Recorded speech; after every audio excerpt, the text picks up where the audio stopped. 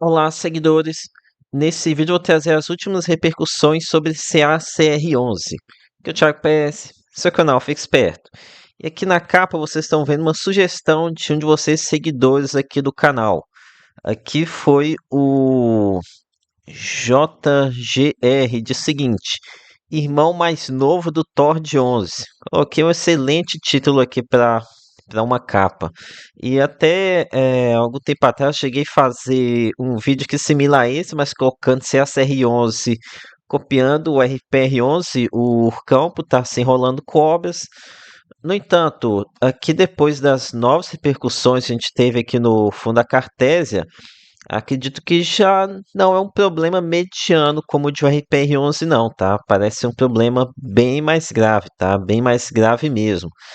E ressalto, se a CR11 tem condições de fazer o RPR11 ser brincadeira de criança, tá? Brincadeira de criança mesmo. O nível de gravidade com que a gente tá lidando aqui no fundo de papel da Cartésia.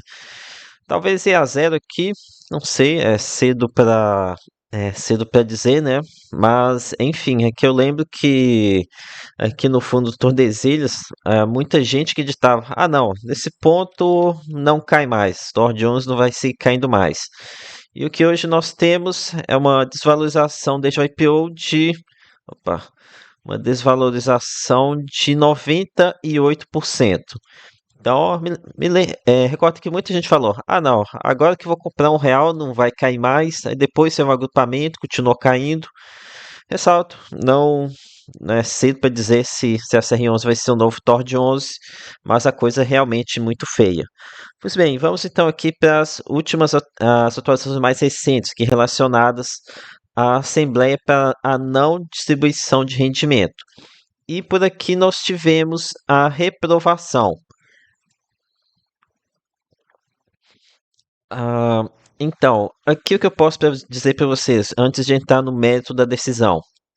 Primeiro, aqui essa reprovação, ela demonstra que o fundo ele não possui um controle total sobre o fundo, sobre as escolhas do fundo, né? O gestor propôs e foi rejeitada, teve aqui uma 5,51% de aprovação.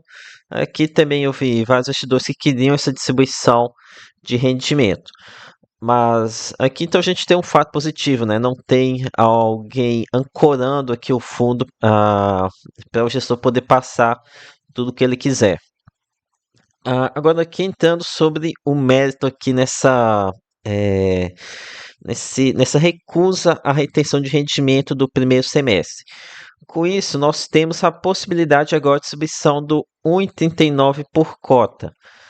No entanto, mesmo após essa divulgação aqui na sexta-feira, aqui a gente está observando uma queda de quase 5% em CACR11 aqui na segunda-feira, dia 20 de julho. Essa queda, mesmo com a divulgação desse rendimento, pode estar relacionado com esse trecho aqui, ó,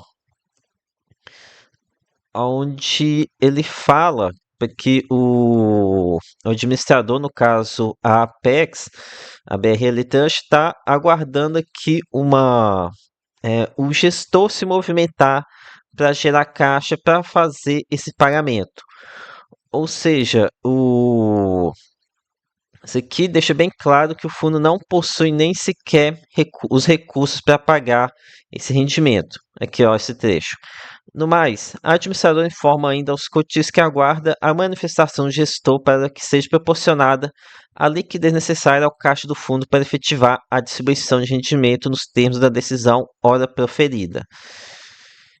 Então, ó, se a gente for verificar aqui no informe mensal, a gente pode ver que o fundo não tem caixa, né? Não tem de onde ele tirar recursos para fazer esse pagamento. Aqui se a CR11, aqui disponibilidade de R$ 232.000. Isso aqui mal dá para fazer o pagamento é, da taxa de administração. E aqui não vocês que a maioria dos empreendimentos eles não são geradores de caixa, que estão na fase de pré-lançamento, então nem sequer começaram as vendas. E aqui fica a dúvida então de onde que vai tirar o dinheiro para fazer esse pagamento. Uma possibilidade é que tem algum recurso dentro de um CRI. É, talvez tenha aqui algum recurso dentro do CRI que pode ser redirecionado para o pagamento desse rendimento. O problema é que as operações já estão com dificuldade de obras e você ainda retirar esse recurso pioraria ainda mais. Outra possibilidade é eles venderem alguma coisa que esteja saudável no fundo para fazer esse pagamento. Algo que poderia ser bastante problemático, porque a gente não está no momento ideal para se fazer fazer venda de ativos, né? Mas provavelmente você teria que fazer vender aqui esses ativos com deságio, criando prejuízo para o fundo, ou então fazer algum tipo de alavancagem para pegar esse dinheiro, também não seria saudável. E, enfim, realmente uma situação crítica, tá? Bem crítica mesmo. Agora aqui, outro ponto relacionado a obras, em que o gestor ele disse que pretendia fazer essa retenção de 1,89 por cota para auxiliar nas obras, mas isso aqui eu nem sei se é verdade, tá? Porque 1,89 por cota, vezes quantidade de cotas, vamos ver quanto que daria aqui de o montante. A gente está falando aqui de 6,72 milhões de reais. Então isso aqui não vai salvar o fundo, né? Então aqui fica a dúvida se realmente isso aqui é porque o está querendo reter ou porque ele não tem de onde tirar recurso para fazer o pagamento desse 1,89 por cota. Ah, aqui outro ponto que relacionado também à gestão de caixa em CACR11, já comentei também outras vezes, é que na teoria os CRIs eles possuem um fundo de obras, né? Um fundo de obras, aqui ó, cash sweep mínimo de 500 mil reais se fundo de obras for superior a 105% do saldo de obras a incorrer. O significa isso? Que se o fundo de obras, que seria para terminar as obras, for superior aqui ao saldo de obras a incorrer, ele pode fazer o pagamento de amortização. Caso contrário, esse valor ele deve ser retido dentro do CRI para que aconteça seja destinado para as obras. Ok? Então, é isso que significa esse tal de fundo de obras. No entanto, a gente não tem essa informação de qual que é o montante desse fundo de obras, se ele realmente existe, se ele foi tocado ou não. E mesmo que não tenha sido tocado, o custo de construção pode ter aumentado e com isso esse fundo de obras não ser mais viável para terminar o empreendimento e que o gestor estaria pensando aqui talvez no lançamento, contando com a captação, lançamento para fazer as obras. Então é muito sim, muita dúvida aqui sobre geração de caixa, sobre como é que vai fazer o encaminhamento de obra. E o gestor com essa. Atualmente ele não tem informação suficiente para a gente tomar alguma decisão sobre realmente o que que vai ter, que atitude que ele vai tomar aqui para dar prosseguimento nessas obras. E aqui eu lembro vocês que nessa situação em que o gestor está bem enrolado com obras, a gente tem uma exposição de 68%, mas aqui o Elvete que está inadimplente, está falando de 80% do PL. Ainda por cima tem aqui esse Alto Lindóia, que pelo menos as obras já começaram a sair do lugar, mas também parece que já está tendo aqui um estouro de orçamento. Somando isso, a gente teria 94% de obras. Então, o que sobraria aqui limpo na carteira de CACR11 seria o CR Station e o CR Monte Cristo, com obras praticamente já concluídas. No entanto, aqui o gestor pode vir a ter que fazer uma venda dessas operações aqui para fazer o pagamento desse rendimento. Então, realmente, praticamente zerar o que é saudável aqui dentro de CACR11. Então, realmente, situação muito feia, tá? Muito feia mesmo.